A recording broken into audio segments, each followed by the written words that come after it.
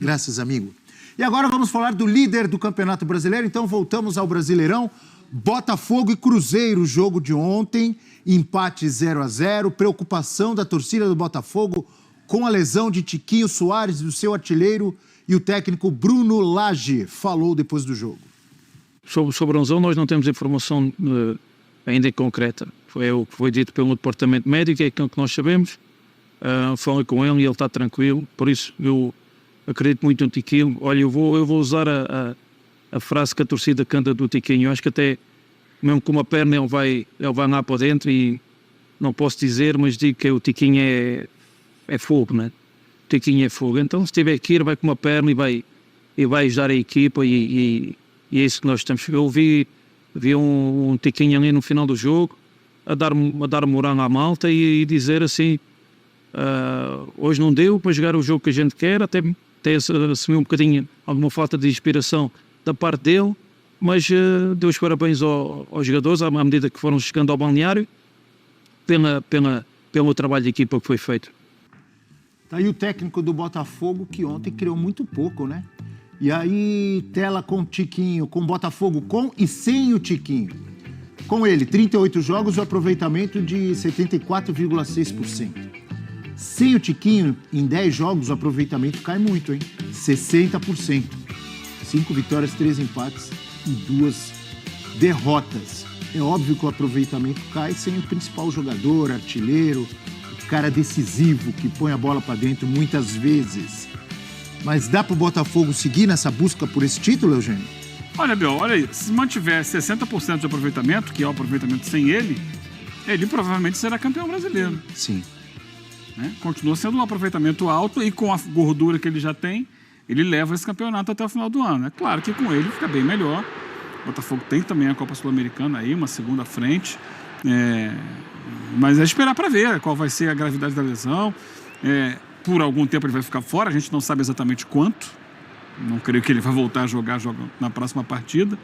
E aí cabe ao Bruno Lage agora o primeiro grande desafio, né? Porque ele pegou um time montado, e nesse lance aí que ele se machuca, né? Torce o joelho esquerdo, quando gira o corpo. Aí a gente vai ver justamente esse movimento e vai bater no chão. Quando bate no chão é que ele sente a dor. Aí, ó. É no esquerdo ou no direito? Esquerdo. Quando ele apoia o joelho esquerdo no chão. Ele está girando o joelho e agora quando bate no chão é que ele sente, ó. Aí já para, não segue no lance.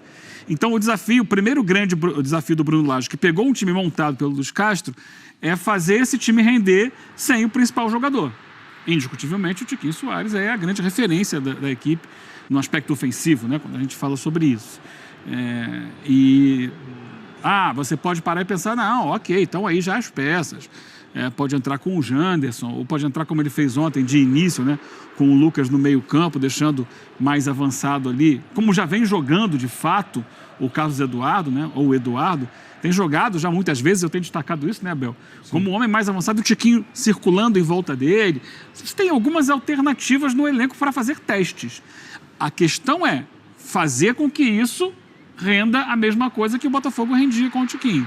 Então, assim, colocar outros jogadores, você coloca, você tem uma maneira de organizar a equipe e agora o rendimento vai ser o mesmo?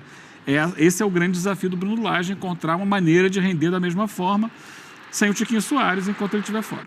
Natália e professor Celso, gostaria de ouvi-los sobre essa preocupação, que é perder o Tiquinho, não sabemos por quanto tempo, tomara que seja por pouco tempo, que ele logo se recupere.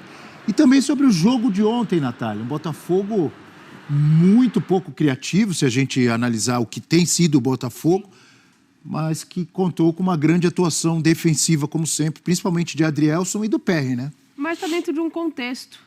São muitos jogos na temporada. É jogo no meio de semana de uma competição que tem uma exigência máxima de buscar o resultado. E aí você tem uma sequência, uma viagem. Eu acho que faz parte do processo. E o Botafogo soube jogar. O Botafogo soube sofrer, eu não gosto muito dessa frase. Mas o Botafogo soube jogar. O Cruzeiro teve oportunidades, não foi efetivo. O Botafogo sai com um ponto fora de casa, que para a campanha que ele está fazendo, está ótimo. Dentro das ideias ali. Agora o Cruzeiro, a gente vê sinais de melhora, as contratações pontuais foram ótimas para o Cruzeiro. O Lucas jogou ontem, o Lucas Leiva, com a tarja de capitão de novo.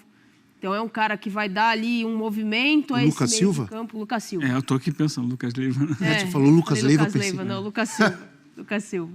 Mas é um cara que dá uma dinâmica nova a esse sistema do Cruzeiro.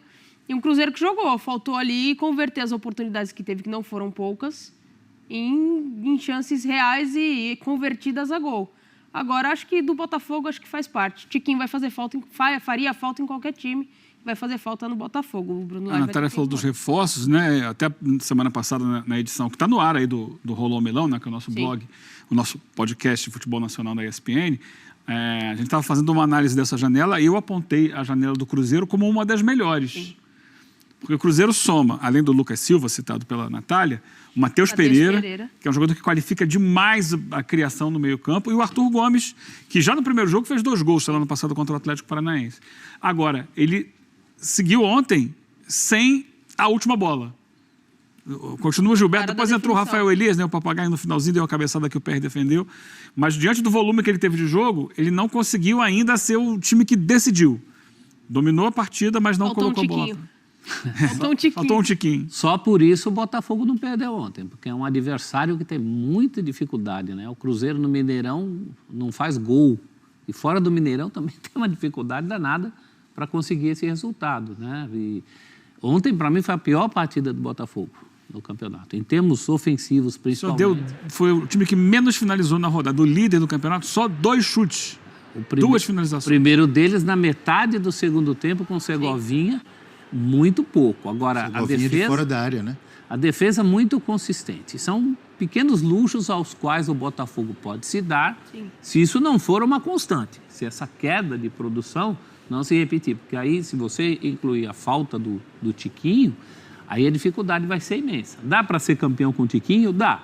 Mas vai sofrer bem mais. Vai ter que achar outro jeito de jogar. Não são só os gols que o Botafogo vai perder, né? Vai perder a dinâmica de jogo em função de um jogador muito importante. O Tiquinho está para o Botafogo mais ou menos como o Soares está para o Grêmio. Esses times com esses jogadores são uma coisa, sem eles são outra. E não é só na questão do que eles entregam em função de gol. O Tiquinho é o desafogo do Botafogo, o lance em que ele se contunde é um lance bem característico dele, né, da retomada com ele ali do Botafogo. Vai perder isso, vai ter que achar uma solução para isso. E nem toda rodada tem um ataque ainda ineficiente, concordo que o Cruzeiro se reforçou bastante, mas ainda é um ataque ineficiente. Essa foi a sorte do Botafogo ontem.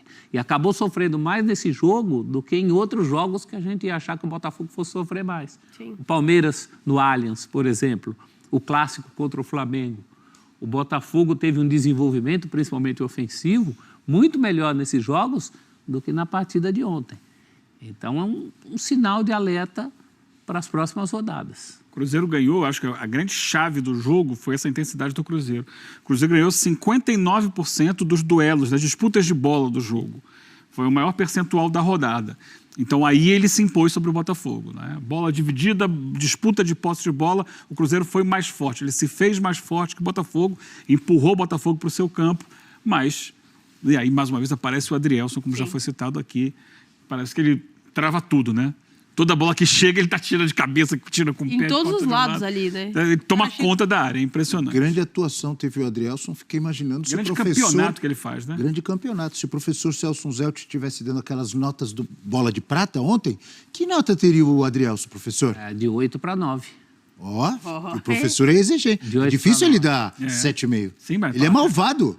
Mas esse é o padrão do Bola de Prata, você não pode... 10 para Deus, 9 para Pelé.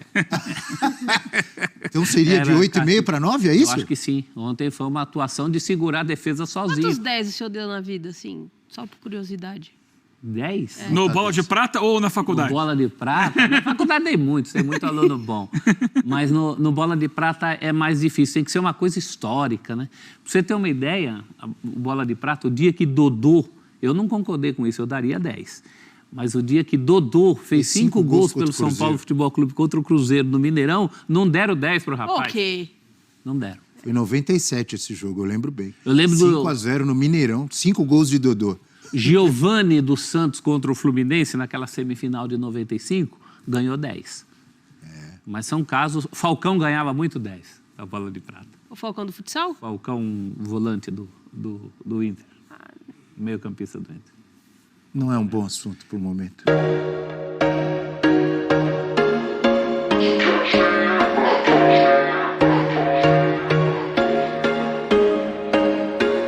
There was once a day that I would pray for you. I'd go and misbehave just so you'd notice too. Sneaking looks up and down from across the room. And damn, what a hell of a view. I feel good, you look great, I like you, I can't